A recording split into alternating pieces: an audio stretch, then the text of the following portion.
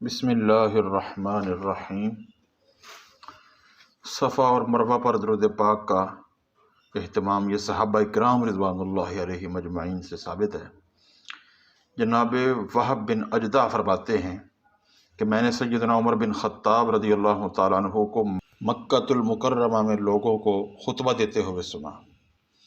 آپ کہہ رہے تھے اذا قدم الرجل منکم حاجا فلیطف بالبیت سبعا وليصلی عند المقام رکعتین ثم یستلم الحجر الاسود ثم یبدأ بالصفا۔ آپ فرما رہے تھے کہ جب تم میں سے کوئی شخص حج کرنے کے لیے آئے تو اس سے چاہیے کہ بیت اللہ شریف کے ساتھ چکر لگائے،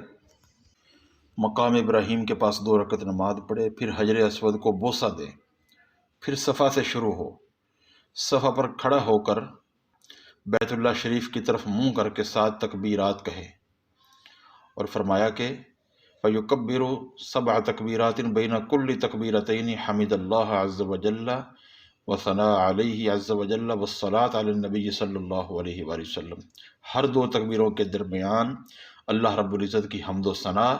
اور نبی کریم صلی اللہ علیہ وآلہ وسلم پر درود پاک اور اپنے لیے دعا کرے، اور مروہ پر بھی اسی طرح کرے۔ ایسے ہی حضرت سیدنا نافع فرماتے ہیں کہ سیدنا عبداللہ بن عمر رضی اللہ تعالی عنہ صفا پر 3 مرتبہ لا الہ الا اللہ وحدہ لا شریک لہ لہ الملک ولہ الحمد وہو علی کل شیء قدیر کہتے تھے، پھر نبی کریم صلی اللہ علیہ وآلہ وسلم پر درود پاک بھیجتے تھے، ثم یدعو ویطیل القیام والدعاء، پھر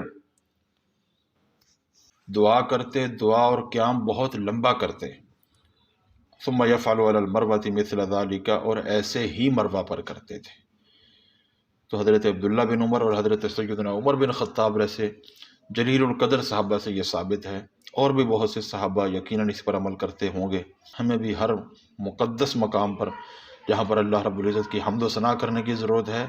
وہاں پر رسول اللہ صلی اللہ تعالیٰ علیہ وآلہ وسلم پر درود پاک بھیجنے کی بھی بہت ضرورت ہے۔ اللہ رب العزت کی بارگاہ میں دعا ہے